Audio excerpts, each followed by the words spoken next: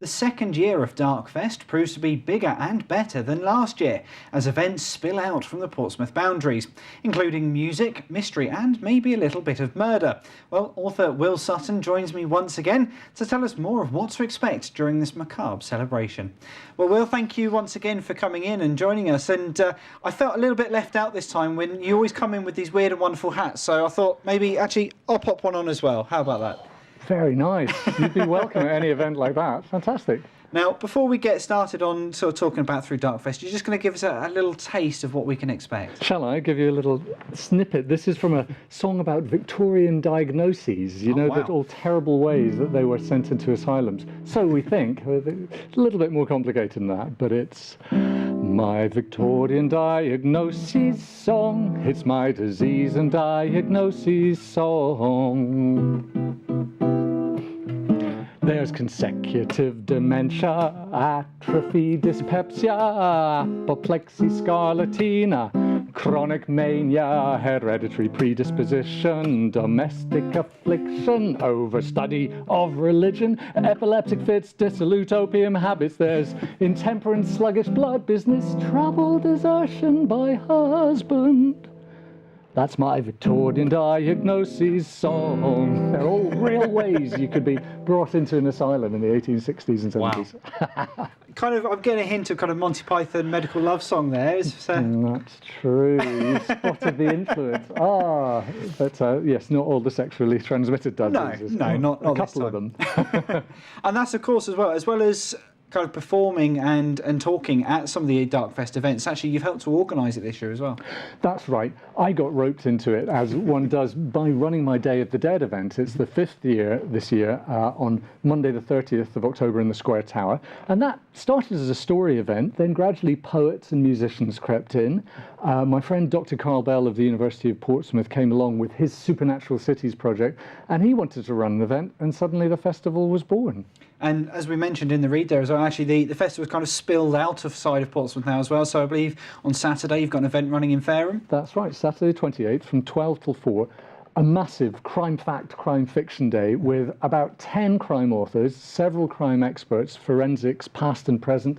The Theatre of Dark Encounters is doing little 10-minute mysteries, and they're scary people. They're running ghost things and zombie talk. There's Pride and Prejudice against zombies later in the month. So yes, that's going to be an exciting day. And that's the thing as well, is it's not a short festival, it's a whole month worth of kind of spooks and spectaculars to attend. That's exactly it. So many artists have come up and said, oh, I'd like to run an art exhibition. Oh, can I have a music event? So it's extended over the month. It's spilling over the boundaries of the city and of the month.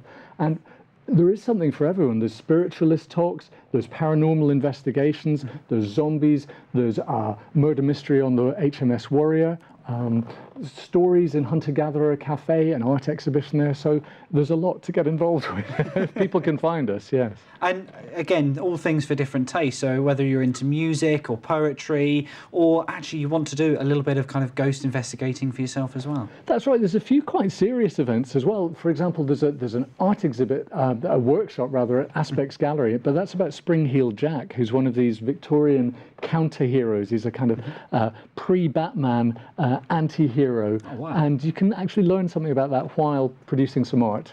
And actually, we spoke to Dr. Carl a little while ago, saying that Portsmouth does have quite a dark history that maybe is explored a little bit during the festival. That's exactly right, yeah. There's a Portstown project which Dr. Brad Bevan runs, and he's involved in the Crime Fact Fiction Day, so he'll be telling us some things about I think any port town has a dark side. It has, for example, Spice Island, which has spice in many senses, old and new. So, I don't know, Portsmouth's got a mottled history and a mottled reputation around the country, hasn't it? But so it's quite nice to scrape the surface and discover all these artists sleeping out of the cracks. And do you think that's why we've got so many creative people in Portsmouth, that they've got such a rich tapestry to draw inspiration from? I think there is a huge heritage, and there are lots of homegrown artists who are suddenly realising, oh, if I do a poem in a cafe, people are coming to watch it. I think also students who are coming to the town, rather than moving away, are saying, where better could I stay and live? So in the spoken word events, we're starting to see younger poets coming through. Really exciting. In our Writers' Hub, we've got about 600 members now. There's people publishing books all the time. There's 2 or 3 book launches in the festival. It's amazing.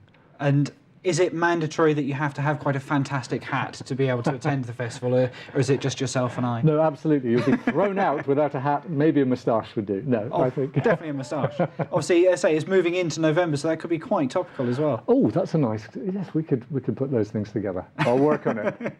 And as we said, obviously there's plenty of different events going on, but just remind us, when is the festival, and if we did want to get involved, how do we go about doing that? Absolutely. So it started already in October on the 26th, and it runs right to the end of November, to the 30th of November. I think the last event is in Aurora or Hunter-Gatherer Cafe, one of the Albert Road cafes. You can find these leaflets around the city, or you can look it up. It's a Facebook page, which is Portsmouth Darkfest. If you find Portsmouth Darkfest on Facebook, you will find key to about 40 plus events that are happening, and some of them are ongoing, some of them are just once, some of them are repeated. There's crime workshops at the Fareham Ashcroft Arts Centre, so there's a lot going on. Well, certainly sounds like it's going to be a very busy but a very fun month. Will, thank you once again for coming and joining us. It's been an absolute pleasure. Thank you for having us.